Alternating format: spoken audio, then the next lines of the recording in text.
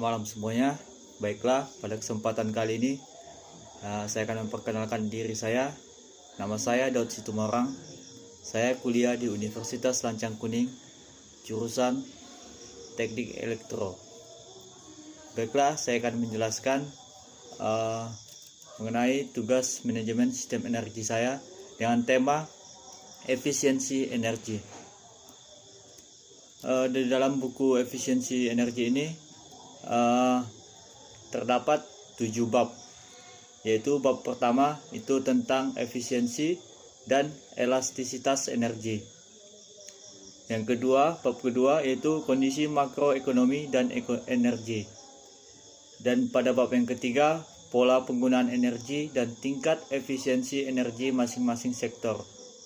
Dan pada bab keempat itu peluang peningkatan efisiensi energi. Bab 5, penerapan efisiensi energi pada sektor rumah tangga. Dan bab ke-6, audit energi untuk sektor industri. Pada bab ke-7, penerapan audit energi pada sektor industri. Buku perencanaan efisiensi dan elastisitas energi ini memuat informasi perencanaan mengenai hemat energi dan peluang penghematan energi dalam kajian mengenai elastisitas energi untuk sektor rumah tangga, industri, dan komersial hingga tahun 2030. Pembahasan buku ini dimulai dengan menguraikan latar belakang tentang pentingnya penghematan energi di Indonesia. Kemudian dilanjutkan dengan pembahasan tentang pola penggunaan energi di masing-masing sektor rumah tangga, industri, dan komersial saat ini beserta teknologi yang digunakan. Perencanaan efisiensi dan elastisitas energi merupakan perencanaan terhadap implementasi teknologi hemat energi hingga tahun 2030 dengan menggunakan suatu model energi yang dikembangkan oleh BPPT dan keluaran Outlook Energi Indonesia sebagai referensi untuk skenario BAU atau Business as Usual. Estimasi peluang peningkatan efisiensi energi pada sektor rumah tangga, industri, dan komersial bisa diproyeksikan hingga tahun 2030. Baiklah, kita akan masuk pada yang bab pertama, penjelasan pada bab pertama, yaitu mengenai efisiensi dan elastisitas energi. Optimasi penggunaan energi. Dalam rangka mengoptimalkan penggunaan energi, pemerintah telah mengeluarkan kebijakan energi nasional yang meliputi kebijakan penyediaan energi yang optimal dalam melaksanakan konservasi, melaksanakan diversifikasi dalam memanfaatkan energi, menetapkan harga energi ke arah harga keekonomian, dan pelestarian lingkungan. Kebijakan konservasi energi dimaksud untuk meningkatkan penggunaan energi secara efisien dan rasional tanpa mengurangi kuantitas energi yang memang benar-benar diperlukan. Upaya konservasi energi dapat diterapkan pada seluruh tahap pemanfaatan, mulai dari pemanfaatan sumber daya energi sampai pada pemanfaatan akhir, dengan menggunakan teknologi yang efisien dan membudayakan pola hidup hemat energi. Menurut Peraturan Pemerintah Nomor 70 Tahun 2009 tentang konservasi energi, definisi konservasi energi adalah upaya sistematis, terencana, dan terpadu guna melestarikan sumber daya energi dalam negeri serta meningkatkan efisiensi pemanfaatannya. Efisiensi merupakan salah satu langkah dalam melaksanakan konservasi energi. Efisiensi energi adalah istilah umum yang mengacu pada penggunaan energi lebih sedikit untuk menghasilkan jumlah layanan atau output berguna yang sama. Baiklah, kita akan maksud pada penjelasan bab kedua, yaitu mengenai kondisi makroekonomi dan energi. Pertumbuhan produk domestik bruto atau PDB. Hubungan antara konsumsi energi dan pertumbuhan ekonomi sudah dipahami keberadaannya. Meskipun arah dari hubungan kausal ini masih kontroversial.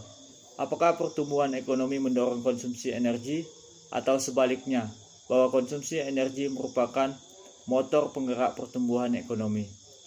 Yang jelas di sini, untuk Indonesia, pertumbuhan ekonomi yang tinggi umumnya selalu dibarengi dengan pertumbuhan konsumsi energi yang tinggi juga. Jadi, konsumsi energi sangat erat hubungannya dengan produk domestik bruto atau PDB, sehingga dapat diperkirakan berapa besar kenaikan konsumsi yang diperoleh untuk mendapatkan tingkat output nasional tertentu. Baiklah, selanjutnya kita akan masuk penjelasan pada bab yang ketiga, yaitu tentang pola penggunaan energi dan tingkat efisiensi energi masing-masing sektor. Sebelum melakukan analisis atau kajian, sektor yang telah dipilih harus dijelaskan dulu mengenai definisi dan karakteristik masing-masing sektor, seperti sektor rumah tangga, industri, dan komersial di Indonesia. Pola penggunaan energi dan intensitas energi sektor yang menggambarkan dari tingkat efisiensi energi saat ini akan dijelaskan pada bab ini. Selain itu, penjelasan mengenai sistem proses dan peralatan yang umum digunakan saat ini pada masing-masing sektor juga diberikan. Kita masuk pada penjelasan sektor rumah tangga. Definisi dan karakteristik sektor. Menurut BPS, rumah tangga dibedakan menjadi dua, yaitu rumah tangga biasa atau ordinary household adalah seseorang atau sekelompok orang yang mendiami sebagian atau seluruh bangunan fisik atau sensus dan biasanya tinggal bersama dan makan dari satu dapur. Dan yang kedua, rumah tangga khusus atau special household adalah orang-orang yang tinggal di asrama, tangsi, panti asuhan, lembaga pemasyarakatan atau rumah tahanan yang pengurusan sehari-hari dikelola oleh suatu yayasan atau lembaga, serta sekelompok orang yang mondok dengan makan atau indekos dan berjumlah 10 orang atau lebih. Kemudian kita akan masuk pada penjelasan bab 4, yaitu peluang peningkatan efisiensi energi. Dari nilai-nilai intensitas energi yang disampaikan pada bab sebelumnya, peluang untuk meningkatkan efisiensi masih sangat besar. Analisis peluang peningkatan efisiensi energi pada sektor rumah tangga, industri, dan komersial pada buku ini mencakup peluang dari beberapa teknologi baru yang belum banyak diimplementasikan maupun yang belum sama sekali dan diprediksi mempunyai potensi yang besar untuk diterapkan di Indonesia. Pertimbangan lain dalam menerapkan teknologi baru yang menggantikan teknologi lama adalah kondisi penggunaan energi saat ini, tingkat penetrasi teknologi, tingkat kesiapan komersialisasi atau teknologi readiness, ketersediaan sumber daya energi, biaya implementasi, serta kebijakan energi yang ada. Analisis peluang peningkatan energi sektor rumah tangga, industri, dan komersial dimulai dengan identifikasi beberapa teknologi hemat energi, lalu dilanjutkan dengan roadmap daripada teknologi tersebut yang mempunyai potensi untuk diterapkan hingga tahun 2030 dengan menggunakan suatu model energi yang dikembangkan, dan berdasarkan roadmap yang dikembangkan akan diketahui berapa besar peluang yang bisa diperoleh dari penerapan beberapa teknologi hemat energi di Indonesia hingga tahun 2030. Selanjutnya kita akan masuk pada pembahasan bab 5, yaitu penerapan efisiensi energi pada sektor rumah tangga. Efisiensi energi pada sektor rumah tangga dengan tanda hemat energi.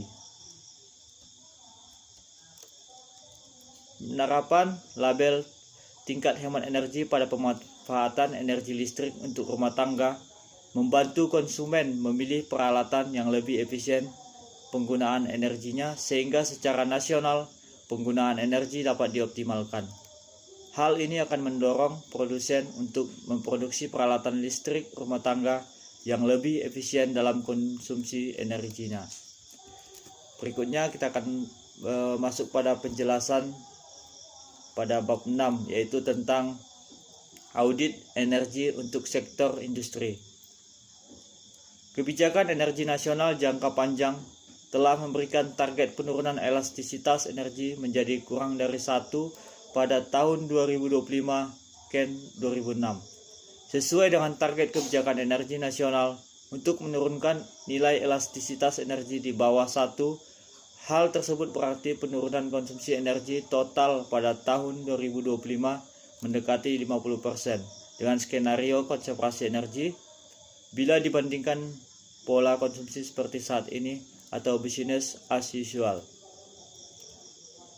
Penjelasan pada bab 7 yaitu tentang penerapan audit energi pada sektor industri.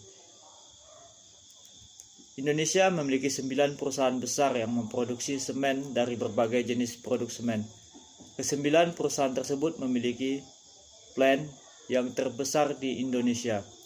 Di Pulau Jawa ada 6 lokasi dan setiap lokasi memiliki 1-6 unit pabrik dengan kapasitas produksi yang bervariasi. Di luar Pulau Jawa ada 4 lokasi, yaitu di Sulawesi 2 lokasi, Kalimantan 1 lokasi, dan di NTT 1 lokasi. Total kapasitas terpasang adalah 40.730.000 ton clinker dan 44.890.000 ton semen per tahun. Asosiasi Semen Indonesia tahun 2008. Proses produksi semen di Indonesia sekarang ini umumnya telah menggunakan dry process kiln. Untuk meningkatkan efisiensi penggunaan energi pada industri semen, maka perlu dilakukan benchmarking konsumsi energi spesifik atau dikenal dengan CAS. Benchmarking adalah salah satu proses berkelanjutan yang memungkinkan perusahaan untuk secara terus-menerus memonitor kinerja mereka.